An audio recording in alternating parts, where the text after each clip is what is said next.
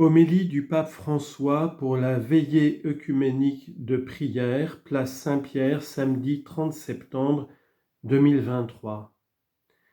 Together, ensemble, comme la communauté chrétienne des premiers temps, le jour de la Pentecôte, comme un seul troupeau, aimé et rassemblé par un seul pasteur, Jésus. Comme la grande foule de l'Apocalypse, nous sommes ici frères et sœurs, de toutes nations, tribus, peuples et langues. Apocalypse 7, 9. Provenant de communautés et de pays différents, fils et filles du même Père, animés par l'Esprit reçu au baptême, appelés à la même espérance. Éphésiens 4, versets 4 et 5. Merci pour votre présence. Merci à la communauté de Thésée pour cette initiative.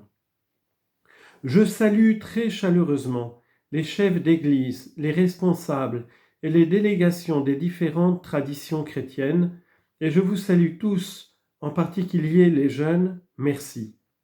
Merci d'être venus prier pour nous et avec nous à Rome avant l'Assemblée générale ordinaire du Synode des évêques, à la veille de la retraite spirituelle qui la précède. Sun Rhodos, marchons ensemble, synode, pas seulement les catholiques, mais tous les chrétiens, tout le peuple des baptisés, tout le peuple de Dieu, parce que seul l'ensemble peut être l'unité de tous.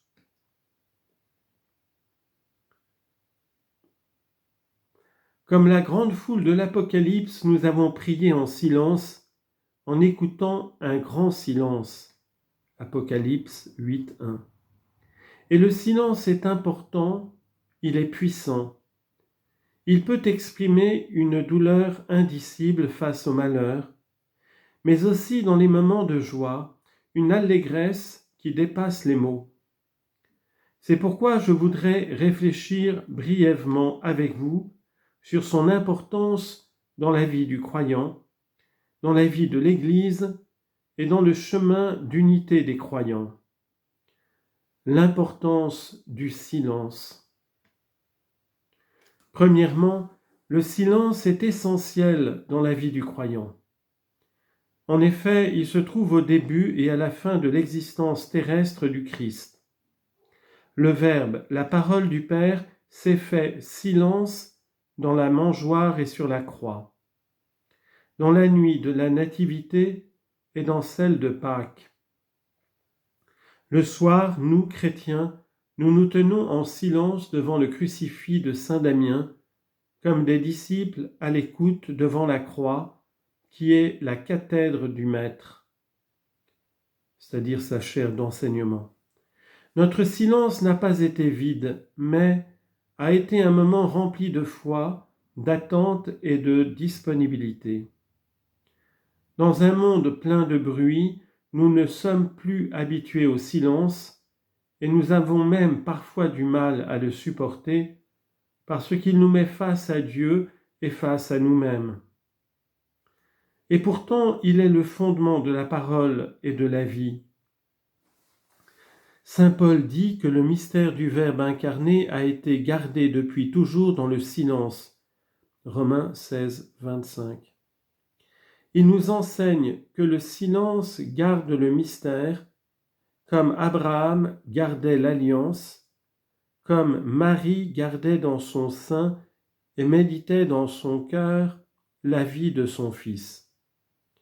Luc chapitre 1 verset 31 et chapitre 2 versets 19 et 51. Par ailleurs, la vérité n'a pas besoin de cris violents pour atteindre le cœur des hommes. Dieu n'aime pas les proclamations et les clameurs, le bavardage et le vacarme. Dieu préfère plutôt, comme il l'a fait avec Élie, parler dans le murmure d'une brise légère. 1 Roi, chapitre 9, verset 12. Dans un fin silence sonore.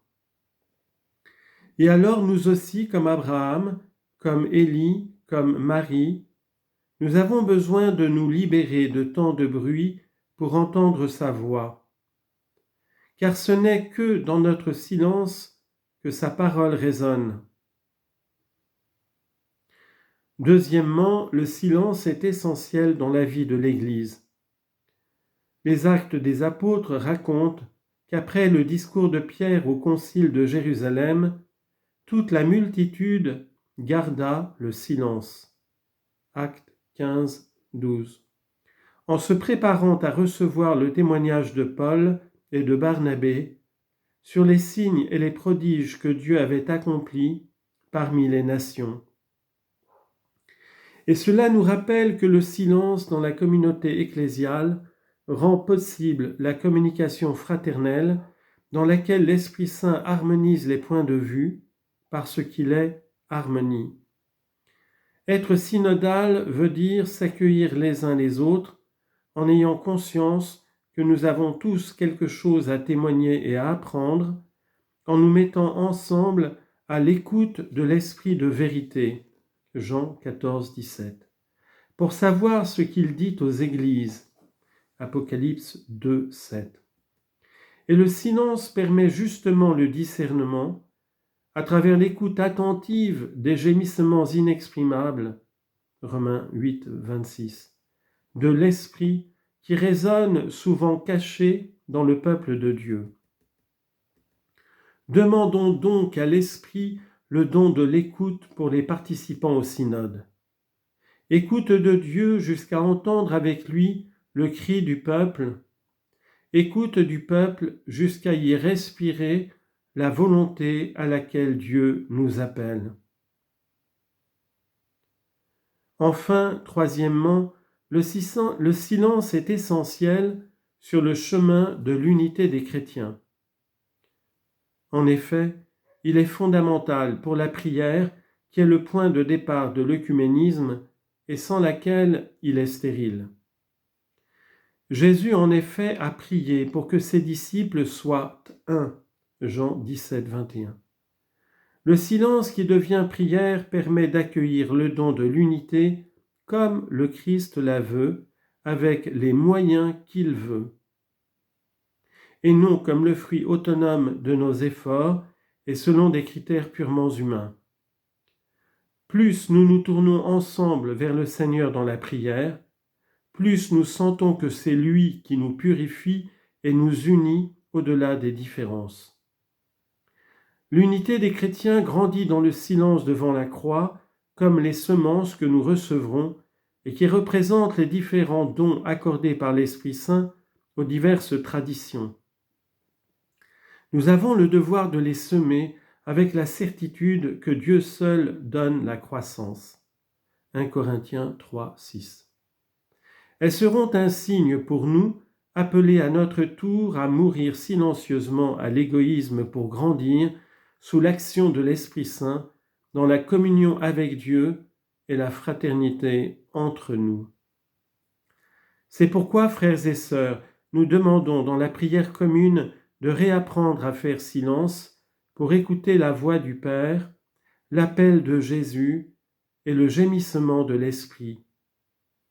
Demandons que le synode soit un kairos de fraternité, un lieu où l'Esprit Saint purifie l'Église des bavardages, des idéologies et des polarisations. Alors que nous nous dirigeons vers l'important anniversaire du Grand Concile de Nicée, demandons de pouvoir adorer unis et en silence comme les mages, le mystère du Dieu fait homme, certains que, plus nous serons proches du Christ, plus nous serons unis entre nous. Et comme les sages d'Orient furent conduits à Bethléem par une étoile, que la lumière céleste nous guide vers l'unique Seigneur et vers l'unité pour laquelle il a prié. Frères et sœurs, mettons-nous en route ensemble, désireux de le rencontrer, de l'adorer et de l'annoncer, pour que le monde croie. Jean 17, 21.